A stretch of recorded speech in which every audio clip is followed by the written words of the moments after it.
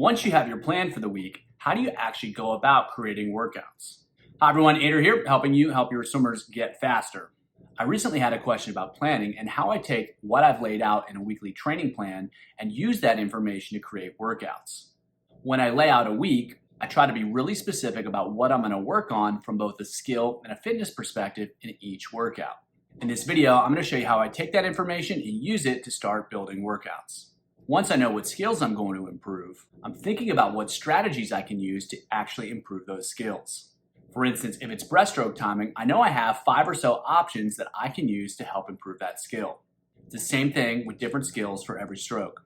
I think about what I've done lately, what I haven't done lately, and what seems to be working for my swimmers. I use that information to determine what makes sense to use right now. If they've been having success with a particular strategy, I'm probably going to stick with what I'm doing. That is, unless it's getting a little bit stale. If they've been struggling with what I've been using lately, I'm probably going to switch it up. More than anything, I think about what's going to create success, and that's what I try to use. It's the combination of stroke rate and stroke count expectations, drills, resistance, training aids, and so on that I try to put together that's going to give them the best chance to be successful.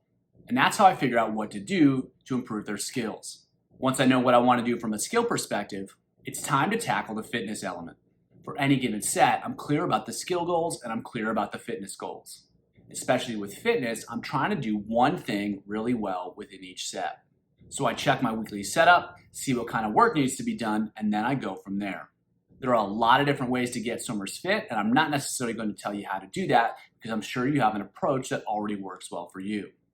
So when you determine what type of fitness you want to develop, you probably have a pretty good idea of what that type of work looks like to you. That is going to set the basic parameters of the set. If you're doing speed work, it's one type of set. If it's aerobic work, it's going to be a different type of set. You know about how much work you need to do. You know about how fast it needs to be. You know about how much rest they need to have. And you know the basic repetition distances that are going to be an option. At that point, all that's left is the details. By being clear what you're trying to accomplish, it makes it a lot easier to actually create something. So at this point, I know the skills I want to improve, I know the strategies I'm going to use to make it happen, and I know the type of fitness that I want to develop. Already, we've eliminated a lot of options, and it's going to be easier to make a decision. If you want to work on freestyle, butterfly is obviously out. If you want to work on upper body skills, kicking is obviously out. If I want to practice swimming really fast, 200s are obviously out. That makes life a lot easier, but how do we take the next step? How do you put it all together and get the details right? While we've eliminated a lot of options, there's still a lot of options that are available. So how do you choose? Speaking for myself, over time, I've developed a pretty consistent way of writing workouts and writing sets. If you look at a lot of my sets all at once, you'll see some pretty consistent themes. I'm sure the same can be true for you as well. You probably have a pretty good sense of what's going to work in your situation. So more often than not, simply going with your instinct is going to be a great option. As long as it works, it's great to stick with what works. One key aspect of this is that I try to make sets feel very different over the course of a week. I don't want them to feel like Thursday is just like Monday, for instance. If I have 2 aerobic days, I want them to feel very different even though they're accomplishing similar goals. For that reason, even if you have tendencies that you like to rely on, you're going to have multiple options. And stealing is usually the best way to get those options. So I'm always on the lookout for different types of sets, and if I like it, I'm going to use it in my coaching in some way. You can steal concepts, you can steal set structures, or you can steal the sets themselves. The more you do so, the bigger the bank of options you'll have to implement in a given workout that you're using for your swimmers. The most common thing I like to do is steal concepts. They can be a really powerful way to think about creating sets, and you can apply a good concept in a lot of different ways. As an example, I was talking to a coach recently, and he showed me a set where he alternated between some fast kicking and some strong stroke count swimming freestyle. So what's the concept there? Well, you get the legs tired and then you ask them to swim with strong effort and long strokes. Pretty powerful concept, and you can use this concept in a lot of different ways in a lot of different types of sets. Stealing set concepts is a great way to help you expand the types of sets that you use. And stealing concepts is something I do a lot. You can also steal set structures. So an example of a set structure would be something like a ladder where they go 100, 200, 300, 400, 500, 400, 300, 200, 100. And you can use that in a lot of different ways.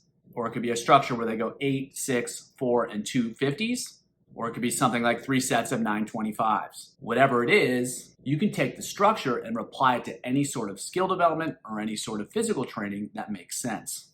Again, it gives you lots of different options. In the last case, you can literally just reuse the set as it was performed by the coach. If you like how it goes, you can start to adjust it based upon what you like to do in the future. And you can make those adjustments based upon what you need to do to help your swimmers continue to develop. A big part of stealing is actually implementing and using these ideas. When it comes to actually writing the set based upon the skills I want to develop, the strategies I want to use, and the type of fitness I want to develop, I occasionally do come up with something that's relatively novel. However, most of the time I'm usually using some version of something I did in the past, which has almost always been inspired by something that someone else did. Just remember, if you ever see a coach's workouts and your first thought is I never would have come up with something like that, just remember they're probably thinking the same thing if they were to look at your sets. We all have different ways of thinking about things, and you can use other people's ideas to help your workouts become more effective. Take their idea, try it out, and make it yours. Then you'll have more options to use in the future, which can mean better sets and faster swimming for your athletes. The last piece is to finalize the workout. Once I have the basic structure of the set, either stolen from someone else or something I've used in the past, I think about what the swimmers are ready for. What have they done recently? How good was it? How have they been looking? How much do I need to challenge them? I really try to get a sense of what would be an appropriate challenge. Then I write the actual set based upon that.